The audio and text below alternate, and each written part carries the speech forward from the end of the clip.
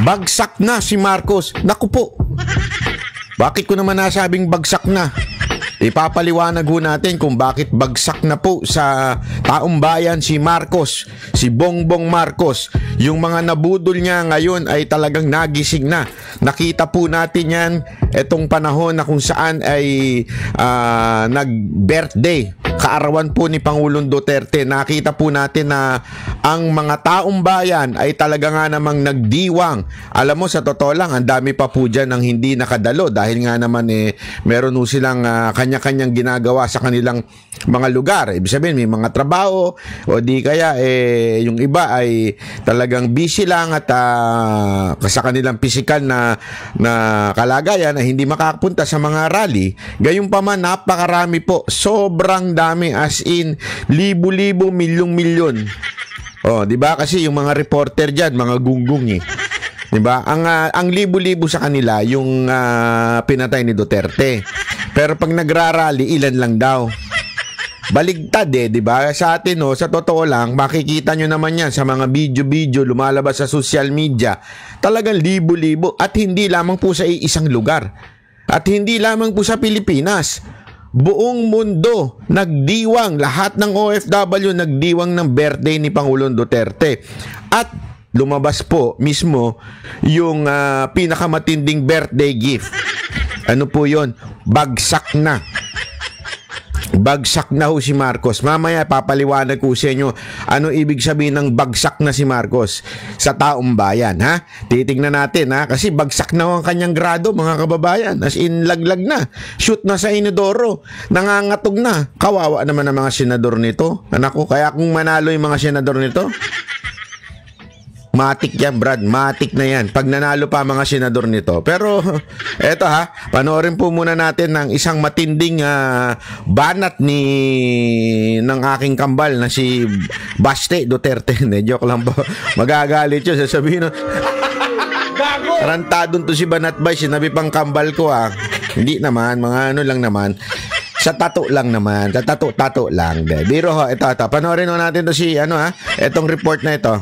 Sa ibang balita, muling binanata ni Davao City Mayor Baste Duterte si Pangulong Bongbong Marcos sa ginawang birthday rally para sa ama niyang si dating Pangulong Rodrigo Duterte. Nasa frontline ng balitang yan ang aming Mindanao correspondent na si Braille Montalvo. Marcos! Hoy! Tanawa wala ka di ako, wala sila! Nako! Tila utang na loob daw ni... Gigil na gigil, Hindi, totoo naman mga kababayan. Alam mo, totoo yan sinasabi ni Baste. Alam mo kasi ito, sinabi pa nga nito reporter gigil na tila utang na loob daw sa mga Dabawenyo. Hindi lamang po sa Dabawenyo. Ikaw naman itong lagi na lang sablay itong reporter na to. Yung taga Davao yan na ito sa TV5 Sablay, hindi naman ibig sabihin taga Davao lang. Pangulong Bongbong Marcos sa mga Dabawenyo ang hindi lang sa mga taga Davao. Alam mo yung mga nagpunta dyan, hindi lamang po taga Davao. Ang sinisimbolo po niyan ang mga taga Mindanao. Alam naman po natin ang dami ng boto ng Mindanao. Andyan din yung mga taga Visayas. Ang dami rin ng mga taga Luzon. Hindi lamang po yun. Ang ibig sabihin po ni Baste Duterte dyan, si Mayor Baste, ang ibig niyan sabihin dyan, yung mga sumuporta sa Duterte, yun ang sumuporta sa iyo, Marcos. Pero dahil ginago mo mga Duterte, eto na, nagising na ho sila. Yan ang katotohanan. Panalo niya bilang presidente. Ito ang galit na mensahe ni Davao City Mayor Baste Duterte kay PBBM. Sinabi niya yan kagabi sa birthday rally sa Rojas Avenue, Davao City ng ama niyang si dating Pangulong Rodrigo Duterte na nakakulong sa International Criminal Court.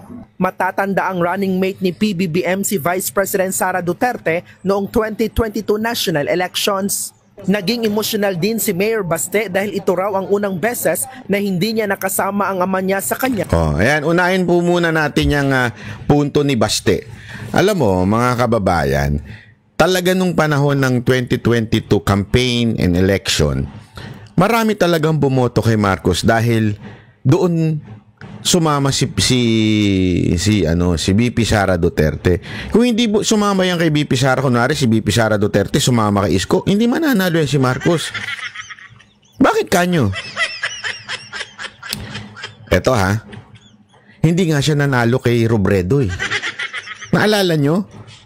Pagbalik-baligtarin pa natin ng istorya, hindi siya nanalo kay Robredo. Hindi ko kinakampiyan si Robredo ha, pero mantakin mo, mas pinili pa nila ang isang hindi sikat, mas pinili pa nila ang isang housewife, mas pinili pa ho nila yon kaysa ho dito kay Marcos.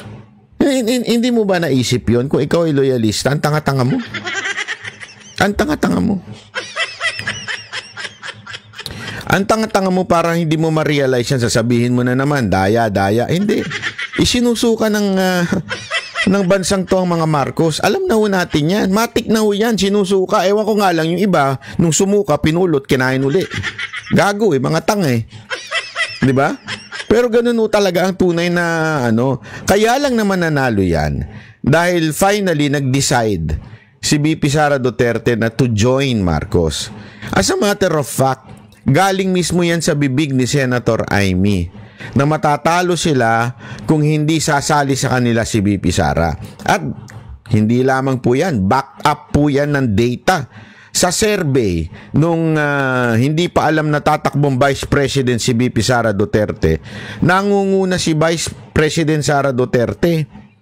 Di ba ho? Ang layo ni Marcos, pangatlo, pang-apat. Mas nauna pa si Robredo sa kanya. Hindi ko kinakampihan yung Ali ha. Pero ang layo niya po. Hindi ho talaga siya mananalo. Isipin nyo na lang to.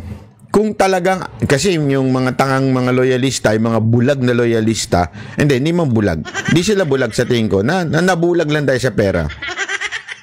Alam mo naman, pagka isa kang jologs, tapos bigyan ka lang ng kapirasong pera, tuwan-tuwa ka na. Wala talaga mangyayari, di ba? Ganyan yung mga vlogger niyan eh. Kaya ngayon, tatanga-tanga talaga yung mga kinuha kasi nga wala eh. Tapos ito pa iniisip nila na keso si VP Sara Duterte daw ang umangkla ika nga kay Marcos. Paano nangyari yun? Mas madaming boto mas madami ng 1 milyon ata ang boto, more or less ang 1 milyon. Basta ang sigurado, mas maraming boto si VP Sara Duterte kay Marcos. Mantakin mo, mas madami pa yung boto ng Vice President kaysa sa'yo. Eto napakaraming mga bumoto kay VP Sara Duterte na hindi binoto si Marcos. Ang dami rin po nun. Hindi, kaya nga masasabi natin, imposible yung sinasabi ng mga tangang loyalista na sinasabi nila, dahil daw kay Marcos kaya nanalo si VP. Hindi ho totoo yun. Eto, kitang-kita na ho natin. Paano ko ipapakita? Mamaya makikita ninyo. Kaarawan. Himingaw, yung gusto kong papas, tinood lang.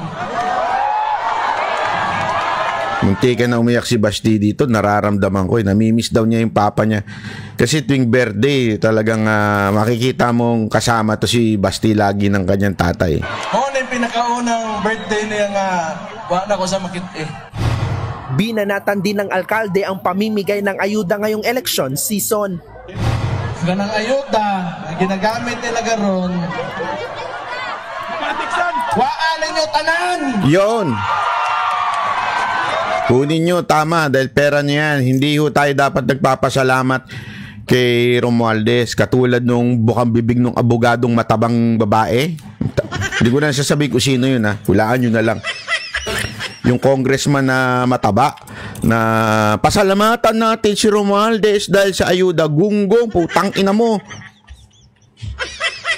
Hindi, talaga. Yung nagsalita na hindi ko na sasabihin kung sino yun. Basta putang ina mo, hindi mo pera yan, hindi nyo pera yan. Pera yan ng taong bayan. Tapos sasabihin ninyo, pasalamatan natin si... Kadiri talaga kayo, no? Hindi, walang biro. Kayo mga kongresista, kadiri talaga kayo. Di ba? Kadiri ho talaga kayo. Kasi nakita ko nga, pinanood ko yung mga huling press ko ni Pangulong Duterte. Tinanong siya, what is your greatest accomplishment? Alam mo, sagot ni Pangulong Duterte, nothing. Tapos, if you would realize the answer of PRRD, bakit biglang sinabi niya, just look at the on your right, on your left, or Tingnan nyo na lang yung mga nagawa. And you would realize, parang ganun something niya. Tapos sabi ko, sandali, sabi mo nothing. Tapos biglang, meron ka palang sasabing accomplishment. Nakita niyo yun, ha? Nakita niyo yung video na yon? Tinignan ko na maigi. Alam mo, simpleng-simple sinasabi ni Pangulong Duterte. The question is, what is your greatest accomplishment? Alam mo, sagot niya, nothing. Kasi nga, kasama doon sa press ko na yun, sabi niya ito yung mga accomplishment. Tapos binati niya yung mga sekretary niya. Anong simpleng sinasabi niya? This is not my accomplishment. It is the accomplishment ng mga nasa baba. Yung mga trabahante. Kaya nga sinabi niya, trabahante lang ako. Isa lang ako sa mga nagtrabaho. Hindi akin ito. Hindi ko to success. Hindi ko to accomplishment. Putang ina, yung ngayon, ayuda. Ayuda namin yan Pasalamatan niyo si Romualdez dahil ayuda niya yan. Kailan pa nag-ayuda yan? Kailan pa siya ang may pasimuno ng ayuda? Inaangkin nyo? Na kayo may-ari ng ayuda? Kailan pa nangyari yan? Gobyerno may-ari ng ayuda. Actually, hindi nga po gobyerno. Ang may-ari po ng ayuda ay pera ng taong bayan yan. Tax ng taong bayan yan. Tax ng mga OFW yan. I mean, hindi pala tax. Remittance. Diba? At saka tax ng mga Pilipino, tapos sasabihin nyo, inyo, pasalamatan? Gunggong pala talaga kayo, no? Mga gago talaga kayo. Yun ang nakakabuisit sa gobyerno natin ngayon Feeling nila, may utang na loob tayo sa kanila. Porket nagsisilbi sila at nagbibigay sila ng ayuda. Ulul, hindi sa inyo yan. Yan ang sinasabi ni Basti, pagka merong ayuda, kunin ninyo. Dahil hindi sa kanila yun. Kung pwede di na mo mananghin, kay inyo hanadaan. Libo-libong supporters naman ng dating Pangulo ang dumalo sa rally. Bukod kay Mayor Baste, present din ang ilang kaalyado ni Digong na sina Senator Bongo at Senator Bato de la Rosa, maging si Philip Salvador. Nagkaroon din ng drone show bilang pagpupugay nila kay Digong. Grabe yung drone na yan, Concert. Ang ilang poste sa gilid ng kalsada may nakakabit na mga pulang laso na may nakalagay na Bring Duterte Home. Higit 2,000 uniform personnel naman ang ipinakalat sa lungsod para sa seguridad. Sa huli, pinasalamatan ng pamilya Duterte ang kanilang mga tao na walang sawang sumusuporta sa kanilang pamilya. Nagbabalita mula sa frontline. Ayan. Kitang-kita nyo naman kung gaano kadami talaga. At ito, tama talaga yung sinabi ni Baste. You will never be loved. Yan ang sinabi niya kay Marcos. At ang masasabi naman ng taong bayan kay Pangulong Duterte, you will always be loved. Mantakin mo, ang ganda nga nung sinabi ni Ma'am Hanilit sabi niya, alam niyo si Pangulong Duterte daw, simpleng-simple, ayaw daw niya yung magarbong birthday, gusto lang niya yung sa bahay lang, dinner lang sila, ayaw niya yung maarte. Kasi marami mga politiko dyan, pag nagpa-birthday, naku po, grabe. Akala mo talaga, isang milyonaryong celebrity ang datingan talagang merong ipapa-reserve na ballroom sa mga hotel, yung mga giveaways talagang limpak-limpak na mamahal, di ba? Ganun yung mga politiko si Pangulong Duterte simpleng-simple lang daw, ayaw niya ng magarbo, gusto sa bahay lang, kumakain lang, yung talagang close friend lang. Actually pinipilit pa nga daw. Yan ang kwento. Pero mismo si Ma'am Hanilet po, sinabi niya ayaw niya. But this time, it's the whole world ang nag-celebrate ng birthday ni Pangulong Duterte. Palakpakan naman natin. Grabe ho yun, Mantakin mo, buong mundo nag-celebrate. Ang lupit. Tapos sabi pa nung iba, walang kwenta yan. Hindi naman pakikinggan ng ICC yan. Hindi naman yan. It does not give merit to the case. Oo, it does not merit to the case. But people will question it. The international community will question it.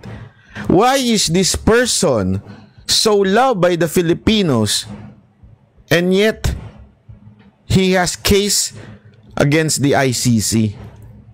People will question it. Whether you like it or not. Now, yung mga foreigner, meron niya ako nakitang komentary ng foreigner. Nasabi bakit daw mahal na mga Pilipino etong si Rodrigo Roa Duterte and sued sa ICC. Tinanong ni isa, because he killed pushers and drug addicts and drug users. Tapos nagtaka yung isang foreigner, sabi, so, is that a crime? Sabi pa, no wonder the Filipinos love him. Ayan, no, kasi importante, sabi ko nga sa inyong paulit-ulit lalong-lalo na sa mga OFW yung nanunood. Yang mga ginagawa ninyo ay may saysay. Yang pong ginagawa ninyo ay may sense. Huwag niyong isipin na napapagod lang kayo, hindi ho. Alam niyo kung bakit? Ito, paliwanag ko lang ng kapiraso ha. Bakit? Kasi tinatanong na iba, bakit ba yung mga OFW wala naman sa Pilipinas? Masyado silang concern sa nangyayari sa Pilipinas. Hindi naman sila, kung gusto nyo maging concerned, may mga nambabara pa nga dyan, di umuwi kayo dito kayo mga Hindi ho. Alam nyo kung bakit ang mga OFW ang may iingay? Alam nyo kung bakit ang OFW ang mga opinionated na mga Pilipino? Alam nyo kung bakit? Simpleng-simple lang ho ito. Etong mga OFW, nakita nila ang difference between a corrupt government, a government not for the people, a government who doesn't serve the people, a government na puro bullshit, compared with gobyernong matino at nagsisilbi sa kanilang mamamayan. Naintindihan natin? Nakita po kasi nila yun yung difference between our government and the government na kung saan sila nakatira. Na ganito pala dapat ang gobyerno. Ito pala dapat ang tama. Ganito sa amin. Bakit sa Pilipinas ganito? Kaya naman namin sumunod Bakit sa Pilipinas walang sumusunod? Kasi nga po, mga kababayan, yung mga, pasensya na po medyo masakit po ito. Real talk po ito. Masakit po ito, sasabihin ko sa inyo. Kung medyo pusong kayo, onion skin kayo, alis na po kayo. Masakit po ito, sasabihin ko sa inyo. Kasi tayo mga Pilipino sa Pilipinas, na na ho tayo meron na tayong callous heart. O kaya meron na tayong tinatawag na parang na-immune na tayo. Parang ang dating sa atin, normal na lang ang korupsyon, normal na lang ang madumi, normal na lang ang makalat, normal na lang ang hindi sumusunod. Ano nga dito sa Pilipinas parang ang batas suggestion lang. Hindi ho talaga batas. As a matter of fact, magrereklamo pa yan pag napakataas ng penalty. Tanginang yan, may plano pala kayong hindi sundin?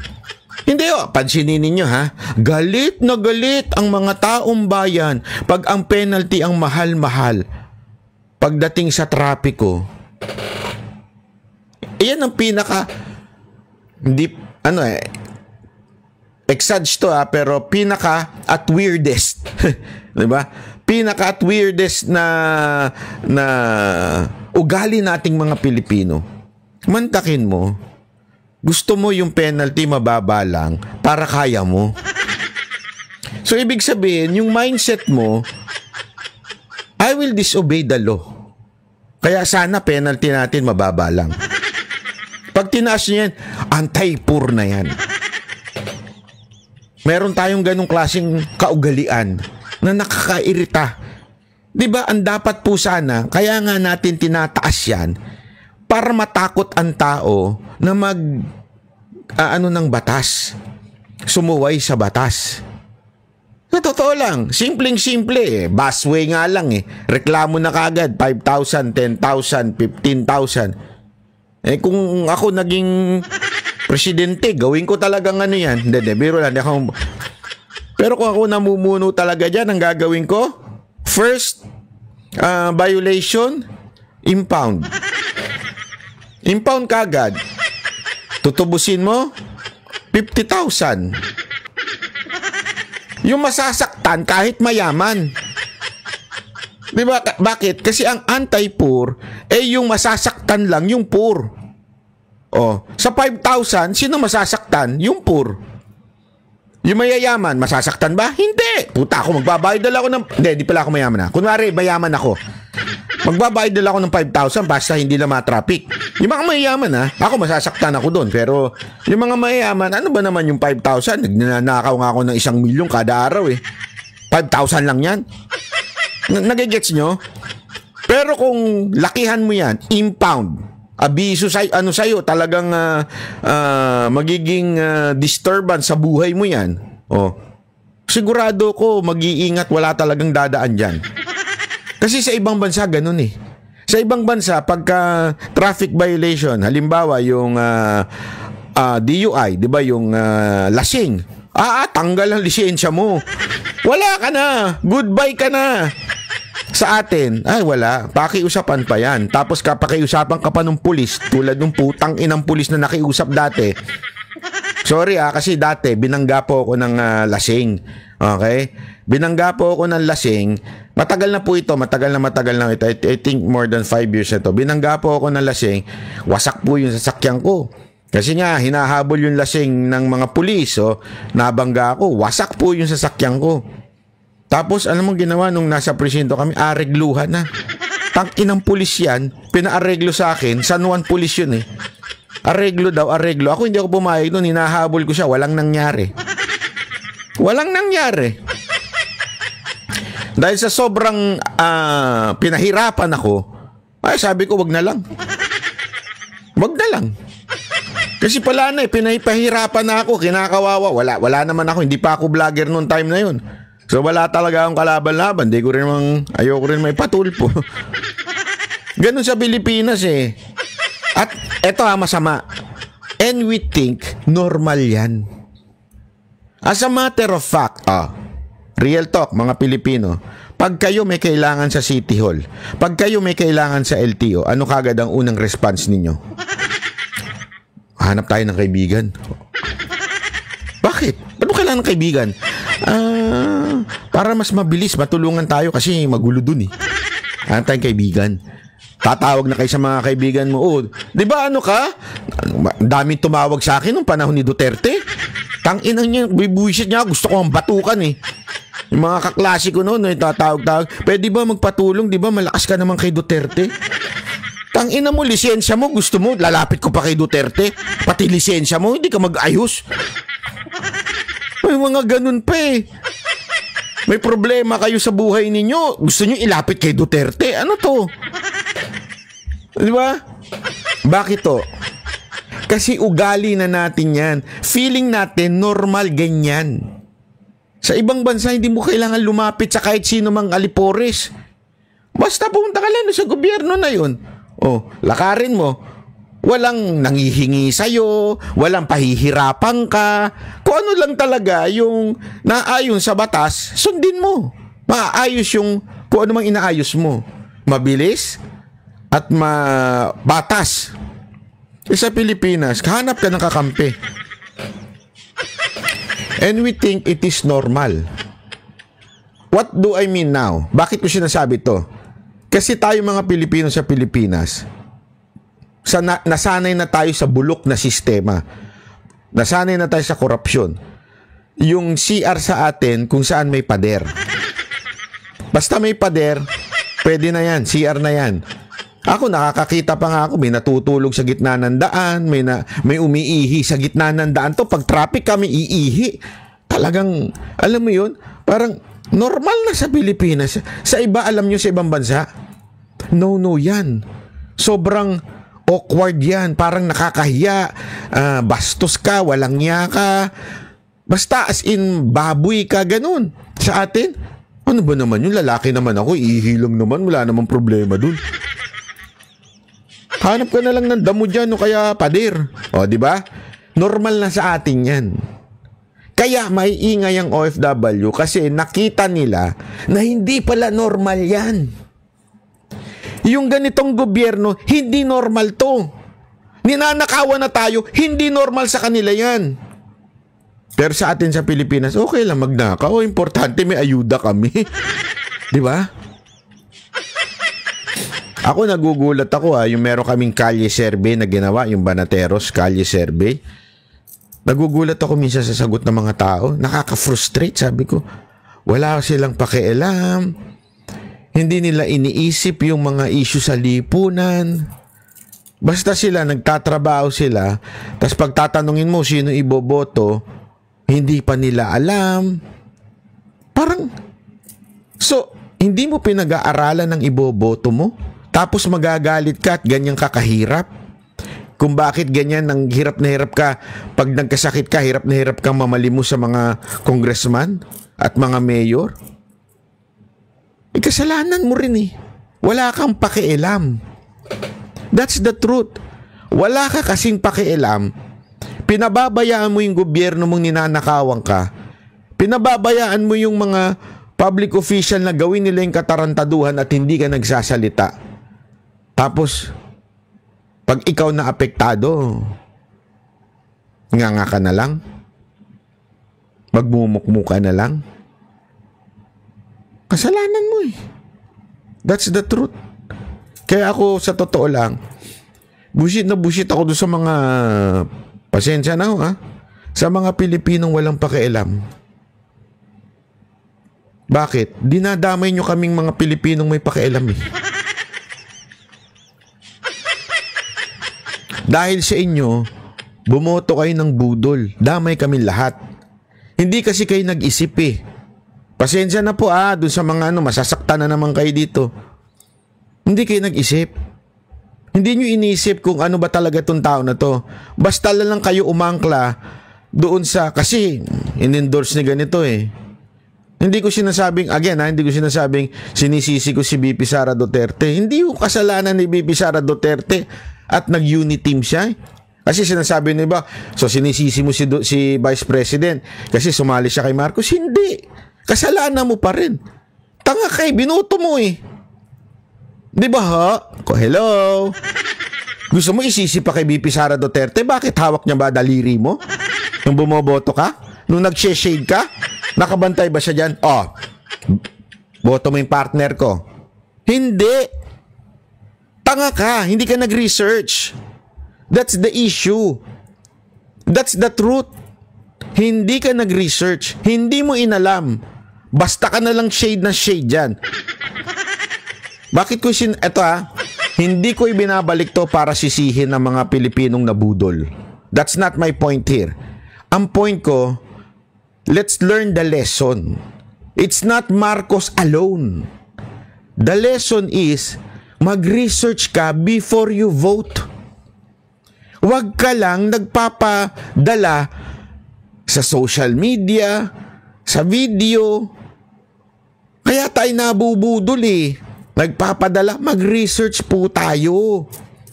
Responsibilidad po natin yan bilang isang Pilipino. Kawawa na bayan natin. Hindi ho ba kayo ako naiirita na ako sobra eh. Mantakin mo, makakakita ka na ngayon sa... sorry sa mga OFW, maaaring hindi nyo na ikikwento sa inyo ito. Siguro nung iba. Pero ako mismo nakakakita na ako ng snatching sa kalsada. Nakakakita na ako ng mga addict. I mean, sa San Francisco lang nakita yun eh. Sorry pero totoo. Kasi dami zombie dyan sa San Francisco eh. Nung nagpunta ako, mga gano'n sila eh. Ang dami na rin sa Pilipinas. Diba? Ano to? Pababayaan na lang natin ng Pilipinas ng ganito? Pwede ho ba bumoto naman tayo ng lalaban sa droga? Kasi ngayon parang, hindi, ang droga, ginagamit lang yan kasi may trabaho, kailangan magpuyat. Mantakin mo, PNP chief mo, ganun magsalita. Hindi, diba? Hindi fake news yun. Meron talaga siyang video ganun na sinabi niya. Diba? Alam mo, eto nga sabi ko, pag eto tumagal pa ng, yung ganitong klaseng kalakaran na pinababayaan ng mga adik. Eto mga kababayan ako I'm against any form of gambling, even Pogo. Before, okay lang yon kasi nung panahon ni Pangulong Duterte, ang nakakapaglaro lang ng Pogo at mga involved lang nun, Chinese.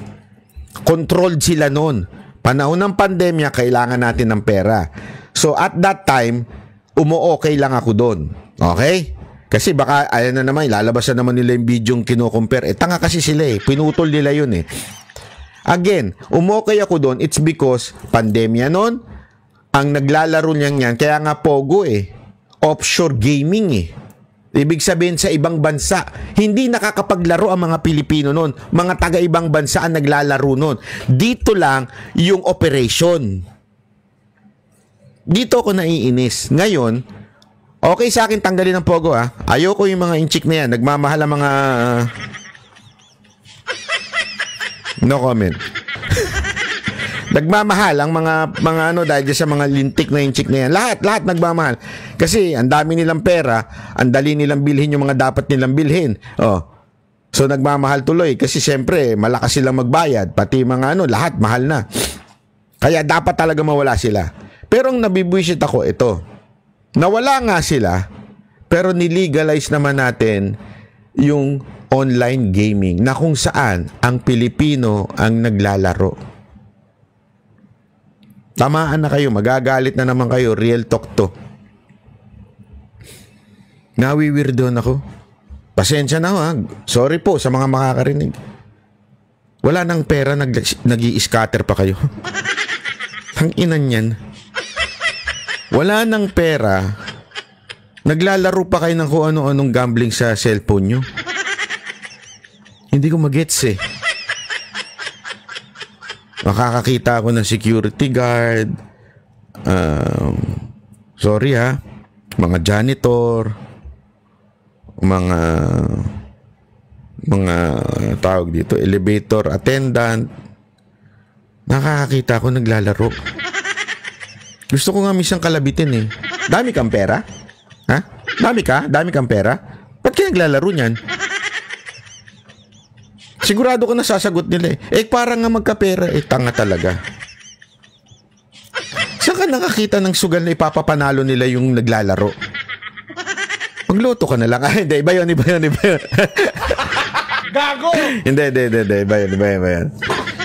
Isa lang nananalo doon. Hindi pa nga natin sigurado kung sino yun Di ba Hindi pasensya na mga kababayan Kaya nga ako, busit ako dyan Alam mo, eto marami na ngayon nagkukumpetensya na sa Pilipinas ang dahilan ng mga petty crimes. Ibig sabihin ng petty crimes, sa mga snatching, hold-upping, yung mga nakawan, di ba? Yung mga maliliit na crime, dalawa na dahilan ngayon kung bakit nangyayari yun. One, drugs. Second, baon sa utang dahil sa gambling. Nagkukumpetensya sila ngayon. Anong dahilan ng pinakamataas? Yan na nangyayari. Kaya ang daming crime. Ang daming nag-i-snatch, ang daming kung ano-ano ginagawa, ang daming nasisira ang ulo. Meron nga yung huling ang kwento sa akin doon. Iba yung pinalabas sa TV, pero ang kwento sa akin doon, kaya nag-amok yun. Kasi may isang pulis akong kakilala doon. Kaya daw nag-amok talaga yon dahil nabaon sa utang. Dahil sa online game. Pero pinabago sa media kasi para hindi daw masisi yung online gaming. Ganyan naman Pilipinas. Bakit to? Hulaan ninyo kung sino ang in charge sa online gaming. Hindi ko na lang babanggitin. Baka madagdagan pa ang kaso natin dyan. Pero nasa gobyerno din. At nasa kongreso din. Kasi nga, puro corrupt, puro greedy ang mga nandyan. And it's all normal. Saan ka nakakitang bayan na sobrang hirap na nga, third world country na nga, hindi na nga tayo makabili ng ating mga pagkain, binibigay pa natin sa laro, sa online gaming. Ito pa matindi. Gusto nyo pa na mas matindi? Ito pa matindi. Yung mga putang inang congressman natin, ang iniimbestigahan yung mga Duterte supporter o yung Duterte vloggers. Nasasabihin pa nila, mga pogo vloggers yan. Mga gago kayo, mga putang ina ninyo. Bakit hindi yung mga vloggers na nagpo-promote ng online game gambling ang imbitahan ninyo? Silipin ninyo tax. Kung talagang seryoso kayo, sa pagpugsa dyan sa Pogo Vloggers. Ayan na, lantaran na nilang pinopost, pinopromote nila yung online gaming. Lantaran na. Tapos ang sasabihin nyo pang Pogo Vloggers, wala na ang Pogo, di ba? Akala ko ba tinanggal na ni Marcos ang Pogo? Tapos sasabihin niyo yung Pogo Vloggers sa mga yan Kaya nakakaano Kaya walang kwenta talaga yung mga congressman natin. Pasensya na kayo ha. Pero bullshit talaga Bullshit yung ginagawa ninyo. Pantakin mo, ang ipitin nyo mga Duterte supporter. Pero yung mga online promoter, mga influencer, promoter ng online gaming, hindi nyo silipin kung magkano mga tax nila. Hindi nyo masilip. Alam ko kung bakit. Di umano. Nadinig ko lang. Mga congressman daw ang may-ari ng mga online gaming. Di ako sure kung totoo yun. Pero bakit di nyo masilip? Bakit di nyo silipin yan? Talamak na po yan, online gaming.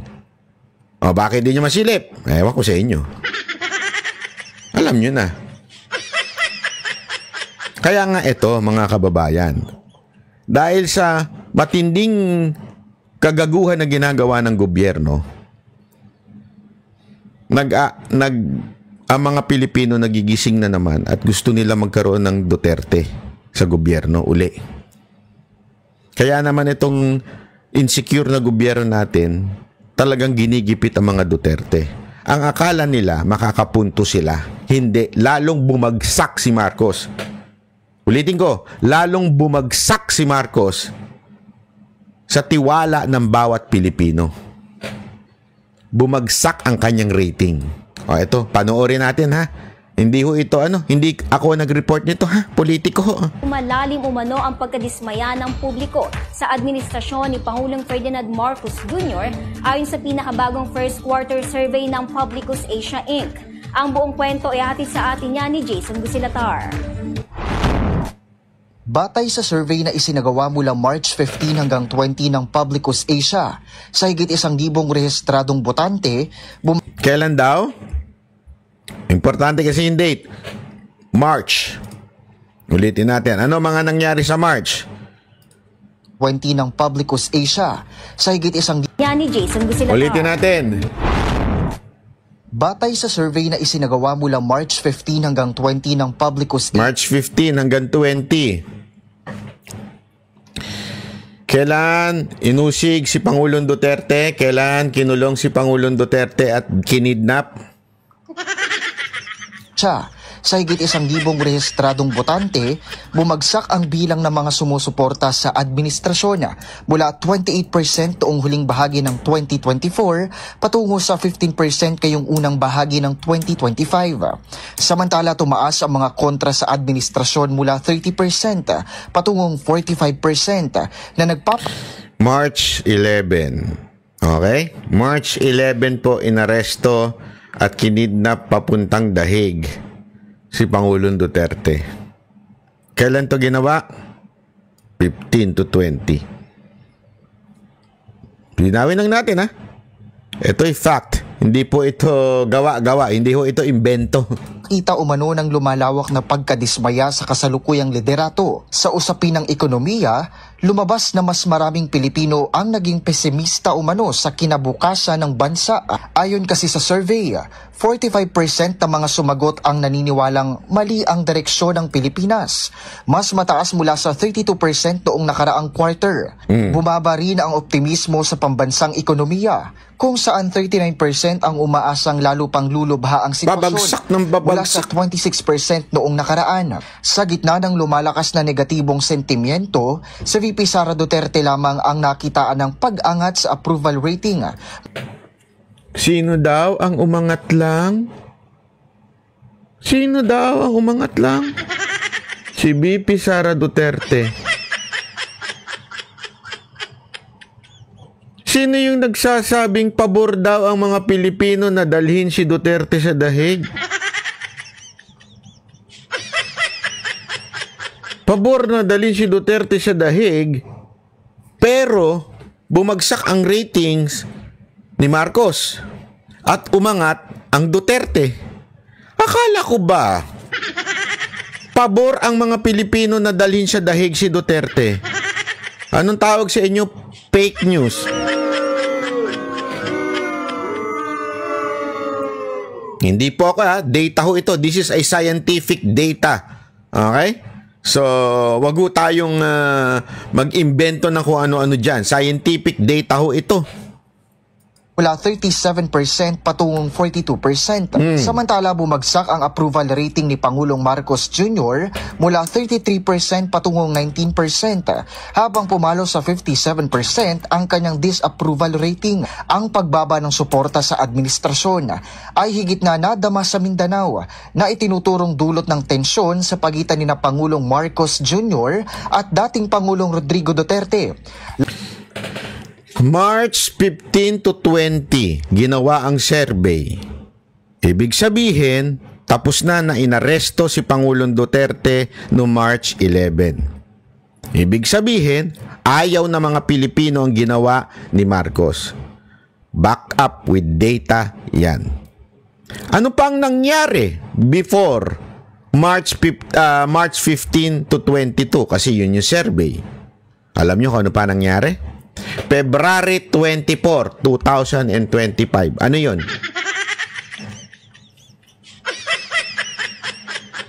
Para sa mga hindi nakakaalam, ipapaalala ko lang. February 24, 2025. Ano yun? Inilagay, inappoint sa posisyon si Claire Castro. Gago! Mula noon, nagsimula na siyang bumanat sa mga Duterte. Gago! Nagustuhan ba ng mga Pilipino yung ginawa niya? Hindi. Gago! Ako naniniwala ako na malaking kontribusyon sa pagbagsak ni Marcos ay dahil kay Claire Castro. Gago! Mr. Marcos, I think you better think kung dapat mo bang sisantihin na yung iyong press officer dahil hindi natutuwa ang mga Pilipino. Gago! Mr. Marcos, akala mo makakatago ka dyan sa likod ni Claire Castro? Dahil mahinang nilalang ka, akala mo makakatago ka sa likod niya. Hindi. Mas lalo kang bumagsak dahil dyan sa babae na yan. Gago! It's a fact. If she is doing her job well, which is, ang job niya is to make sure that people would know the good things that this government is doing. Kung maganda at tama ang ginagawa ni Claire Castro, kumakalat sana ang mga mabubuting ginagawa ni Marcos. Wala. Gago! Kaya bumagsak ng todo-todo ang ratings ni Marcos ay dahil walang kwenta ang iyong press officer. Gago! Mr.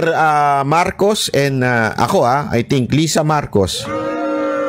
I'm calling your attention, Lisa Marcos. And Lisa Romualdez Marcos. Gago!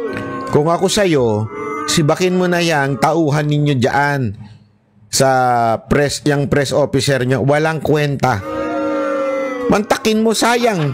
Gago! Sayang ang sinasahod ng taong bayan sa kanya. Hindi niya napaangat si Marcos, pinabagsak niya palalo. Gago! Alam ko na defense ni Claire Castro. Wala naman sa akin yun. Kung ano naman ang ginagawa ng presidente, yun lang ang pwede kong sabihin. Hindi. Gago! Mali ka pa rin dyan. Bakit? Hindi nga yun ang ginagawa mo eh. Yun ang dapat mong trabaho. Anong ginagawa mo? Kaliwat kanan mo, binabanata ng mga Duterte at lahat ng lumalaban sa gobyerno, kumikriticize pala, not lumalaban. Kahit nga po si kinikriticize ni Claire Castro itong si Magalong. Diba? Doon pa lang kitang-kita mo na eh. Kitang-kita mo na nasablay talaga tong alin to. Lagot ka ngayon doon sa kaibigan mo si Libayan. Gago! Baka paluin niya nung... Hindi. Wala. Tuloy natin. Lalo na sa issue ng International Criminal Court. Sa kabila ng matinding pagtaas ng discontent, nananatiling mataas ang suporta ng publiko sa ilang mahalagang panukala, tulad ng 200 pesos na dagdag sahod, pagbabawal ng ayuda bago ang eleksyon, at pagpapatigil sa operasyon ng mga pogo. Gayunpaman, mababa. Yan yung mga pinaboran daw ng mga tao. Pero lahat naman yun, hindi pa nangyayari. Ang dami pa rin pogo eh. Di ba? Kaliwat kanan ngayon nare-raid pa rin eh. Kaliwat kanan. Alam mo, sa totoo lang, ewan ko, kumoro-moro lang yan eh. Gusto nyo malaman talaga na marami pa rin pogo? Pumunta kayo sa mga JTB. Pumunta kayo sa mga KTB. Huwag tayo maglokohan. Alam nyo yan, mga pulis, mga investigador. Gusto nyo malaman? Ang hirap sa inyo kasi nagtatanga-tangaan tayo eh. Puntaan nyo yung mga KTB, JTB. Nandun sila eh. Sila pa rin na may-ari ng mga ganyang club eh. Diba? Ibig sabihin lang nun, nag-i-exist pa rin sila.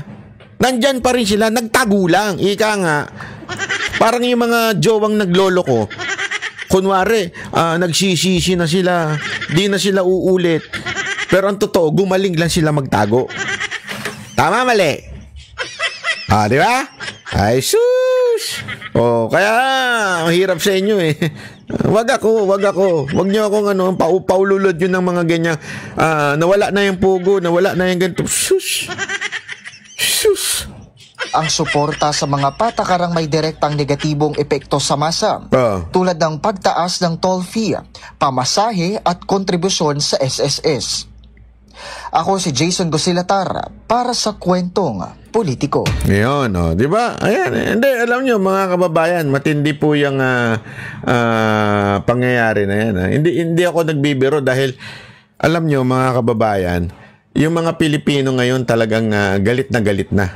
Galit na galit na dahil sa may issue pa tayo ng budget. Hindi pa nalilinaw yan. Paano nangyari na may blanco dyan? Hindi pa nalilinaw. Ano to? Nakalimutan na? Hindi namin makakalimutan yan.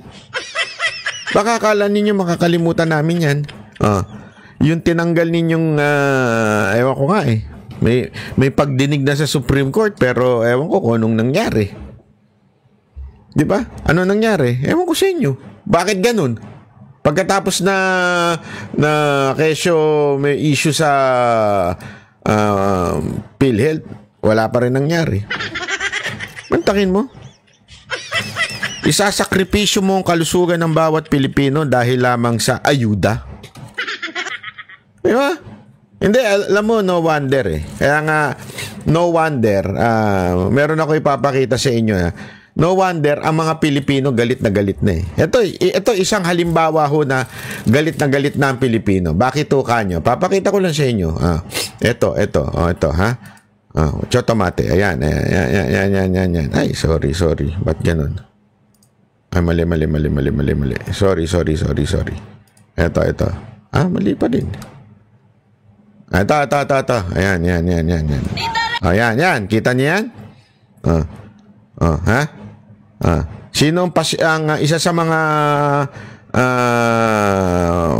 masasabi nating nagtutulak niyang ICC na yan?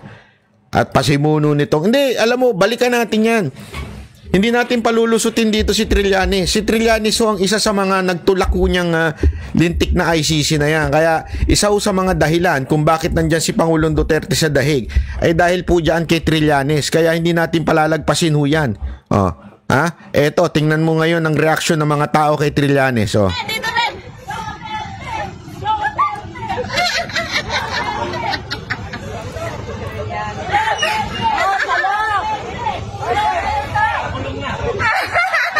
Pikon na pikon yung alalay ni Trillanes,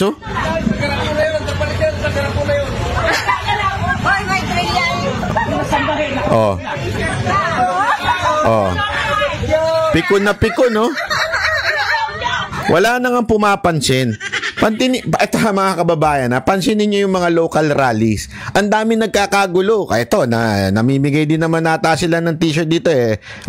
May pinamimigay din silang t-shirt. Nagkakagulo. Pero kay Trillanes, walang nagkakagulo. Sumisigaw pa ng Duterte. Kasi alam ng mga taga-Caloocan na isa sa mga dahilan kung bakit nandun sa dahig si Pangulong Duterte ay dahil sa ewan ko sa ingay nito ni Trillanes dyan sa ICC na yan. Diba? Ayan pikon na pikon yung balalay ni Trillanes. Nakakulong na. Ngayon, mahal pa rin siya ng tao. Kayo, walang nagmamahal sa inyo. Di ba? Kahit nakakulong na, hoy, makinig ka, yung alalay ni Trillanes, kahit nakakulong na si Pangulong Duterte, mahal pa rin siya ng tao. Ikaw, at saka yung kasama mo, yung boss mo, walang nagmamahal. Gago! Di ba? Kita mo, walang pumapansin sa inyo. Duterte pa sinisigaw.